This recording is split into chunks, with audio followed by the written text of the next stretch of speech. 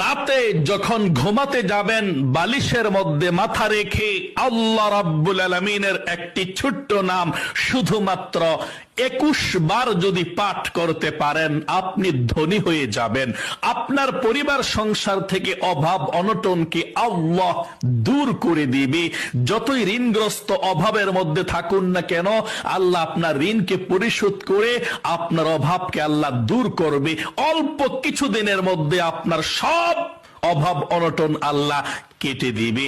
তারপর আপনি যখন ঘুমাবেন বালিশের মধ্যে মাথাটা রেখে ডান হাতটা মাথার নিচে দিয়ে বালিশের উপরে এভাবে আপনি 3 বার প্রথমে দুরূদ শরীফ পাঠ করবেন সাল্লাল্লাহু আলাইহি ওয়াসাল্লাম 3 বার। তারপর 21 বার পাঠ করবেন এই নামটা আল্লাহর ইয়া যাল জালালি ওয়াল ইকরাম 21 বার। তারপর আপনি আরেকটি নাম আল্লাহ তাআলার পাঠ করবেন 21 বার, ইয়া রাজ্জাকু ধনী হওয়ার। তারপরে আবার 3 বার দুরূদ শরীফ সাল্লাল্লাহু আলাইহি ওয়াসাল্লাম সাল্লাল্লাহু আলাইহি ওয়াসাল্লাম সাল্লাল্লাহু আলাইহি ওয়াসাল্লাম। তারপরে আপনার আমল শেষ। ঘুমানোর দোয়া পারলে দোয়াটা পড়ে ঘুমাবেন।